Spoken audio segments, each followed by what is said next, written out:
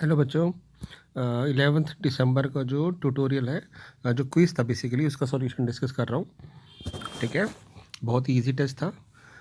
एक बार देखते हैं क्या था। यहाँ पे देखिए फॉर्मूला बन रहा है। अगर मैं 17 डिग्री को ए एज्यूम कर लूँ और इसको बी एज्यूम कर लूँ 13 डिग्री को, तो हम इसको रीड कैसे कर पा रहे हैं? एक बार आप ध्यान से देखो।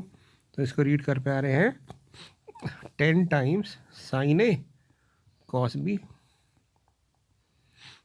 और कॉस ए साइन बी। तो ये तो फॉर्मूला होता है किसी चीज़ का। ये होता है फॉर्मूला, बेसिक जो फॉर्मूला था साइन ए प्लस बी का फॉर्मूला होता है। यानी हम इसको लिख सकते हैं 10 साइन ए प्लस बी। और ए और बी तो 17 और 13 माने थे। तो जब मैं ए और बी की वैल्यू पुट करूँगा 17 डिग्री और 13 डिग्री, तो मेरे पास बन जाएगा ये 13 डिग्री पुट किया मैंने यहाँ पे, तो ये पूरा मिल गया 30 डिग्री। और साइन 30 डिग्री की वैल्यू होती है हाफ।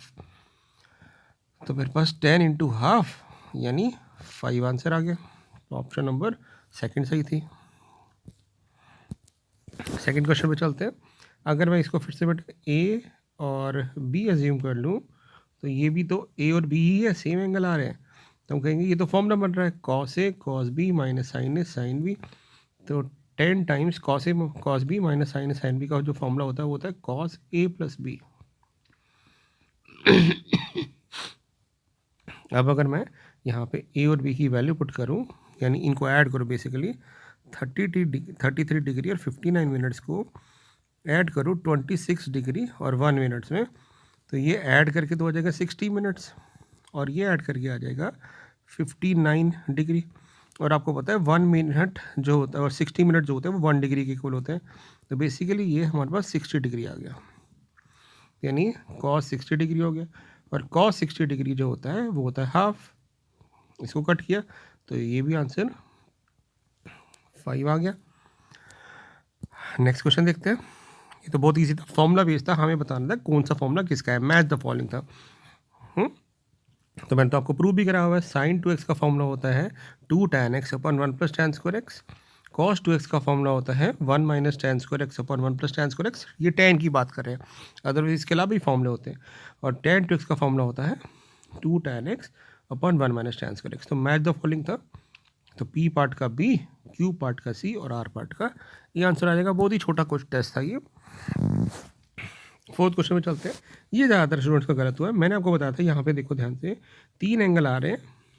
तो ये वाला क्वेश्चन वही बनता है कि जिसमें हम क्या ऑब्जर्व कर रहे हैं कि एक एंगल बाकी 2 एंगल्स का सम है। तो हमने लिख दिया 2021x को 2022x प्लस x और दोनों से tan अप्लाई कर दिया क्योंकि tan का क्वेश्चन है। तो राइट साइड पर tan a plus tan b का फॉर्मूला लग जाएगा। क्या हो जाएगा tan a plus tan b upon 1 minus tan a tan b। ये बिल्कुल ऐसा क्वेश्चन मैंने आपको अपने ट्यूटोरियल में भी करवाया वो, और वहाँ पे सेशन में भी कराया था। इसको मल्टीप्लाई कर देंगे तो आ जाएगा tan 2021x minus tan 2021x tan 2020x और tan x। और राइट साइड पे क्या रह जाएगा? राइट साइड पे हो जाएगा हमारे पास tan 2020x plus tan x। अब क्वेश्चन को देखते हैं क्या पूछा है। यहाँ पूछा है tan 2021x minus tan 202x minus tan x। तो हम क्या करते हैं, इन दोनों टर्म को इसके साथ ले जाते हैं। तो ये आ जाएगा tan 2021x minus tan 2020x minus tan x और इक्वल टू में क्या आ गया? इक्वल टू में आ गया ये 3 टर्म का प्रोडक्ट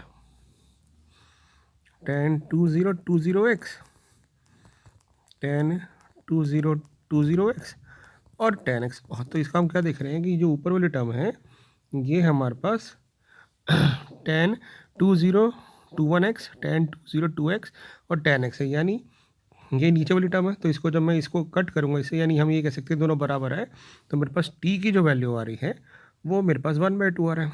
अब ज़्यादातर बच्चों ने इसका आंसर 0.5 लगा दिया, बट अगर आप क्वेश्चन से ध्यान से देखो तो हमसे 4t पूछा है।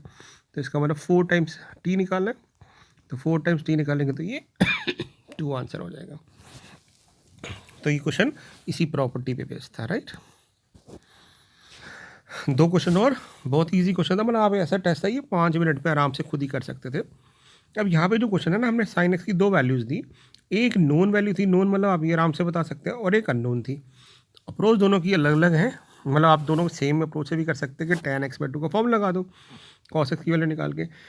मतलब इसमें एक तरीका तो हो सकता है कि ना tan x/2 का फॉर्मूला लगा दो। tan x/2 का फॉर्मूला होता है √1 - cos x upon 1 + cos x।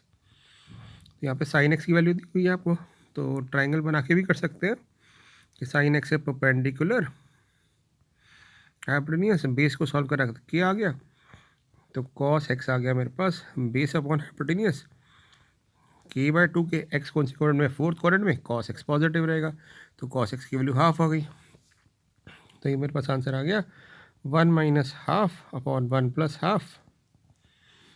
तो ये आंसर आ गया मेरे पास 2 - 1 1/2 अपॉन 3/2 1/√3। बट अभी प्लस या माइनस, तो हमें कैसे, हमने कैसे किया था इसको, हमने एक और चीज़ नोट करी कि जो x आ रहा है फोर्थ क्वाड्रेंट में आ रहा है, यानी फोर्थ क्वाड्रेंट मतलब 270 डिग्री से 360 के बीच में, तो x/2 का लाई करेगा, तो हम कहेंगे x/2 लाई करेगा 135 डिग्री से 180 के बीच में, यानी सेकंड क्वाड्रेंट। और सेकंड क्वाड्रेंट में tan नेगेटिव होता है, तो हमें माइनस लगा देंगे, यानी इसका आंसर हो गया -1/√3। तो ये आंसर आ गया। ये हुआ एक अप्रोच।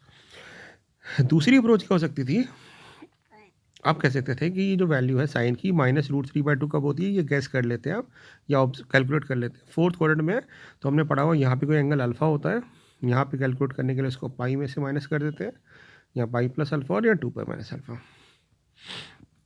तो क्योंकि tan फोर्थ क्वाड्रेंट में है, तो हम कह सकते थे कि साइन एक्स की वैल्यू -√3/2 कब आएगी, जब साइन 2 पाई - अल्फा होगा, और अल्फा होती है वो वाली वैल्यू कि अगर ये फर्स्ट क्वाड्रेंट में होती तो √3/2 कब आता, तो कहते हैं π/3 पे, यानी सॉल्व करके आ गया ये 6 - 1 5 π/3। 5 π/3 का मतलब कितना हुआ 300 डिग्री, यानी x हमारा 300 डिग्री आ गया। और हमसे पूछा tan x/2, यानी एक तरह से हमें tan x 300 का हाफ 150 निकालना है, और tan 150 को लिख सकते हैं 180 - 30, यानी -tan 30, यानी -1/√3। तो ये तरीका हुआ दूसरा, ठीक है। बट ये तभी लग सकता था जब आपको ये पता हो कि वैल्यू कहाँ आ रही है। बट अगला वाला जो क्वेश्चन दिया था मैंने, उसके अंदर ये पता ही नहीं -3/4 कब आएगा, एग्जैक्ट वैल्यू नहीं पता, ठीक है ना। तो फिर हमें वही वाली अप्रोच लगानी पड़ेगी। तो हम क्या करेंगे, ये हो गया परपेंडिकुलर, ये हो गया हाइपोटेन्यूस, बेस कैलकुलेट किया 4k, तो कॉस की वैल्यू आ गई मेरे पास 4k/5k, फोर्थ क्वाड्रेंट ही दिया हुआ है, यानी पॉजिटिव रहेगा। तो tan x/2 का जो है फॉर्मूला लगा देते हैं 1 - cos x upon 1 + cos x, और यहाँ पे वैल्यू पुट कर देते हैं, तो 1 - 4/5 1 + 4/5, ये आ गया। अब उसके बाद इसको सॉल्व कर देते हैं, तो ये आ जाएगा 1/5 और नीचे आ जाएगा 9/5 रूट में, तो ये कट जाएगा, तो 1/3 आ गया। अब पॉजिटिव आ रहा है कि नेगेटिव आ रहा है, फिर से वही लॉजिक, एक्स लाई कर रहा है फोर्थ क्वाड्रेंट में, यानी 270 से लेके 360 तक, तो x/2 का लाई करेगा 135 डिग्री से 180 तक, यानी सेकंड क्वाड्रेंट। सेकंड क्वाड्रेंट में tan नेगेटिव होता है, तो इसलिए माइनस बाहर लगा देंगे, तो हमारे पास -1/3, यानी डी ऑप्शन ही करेक्ट हो गई।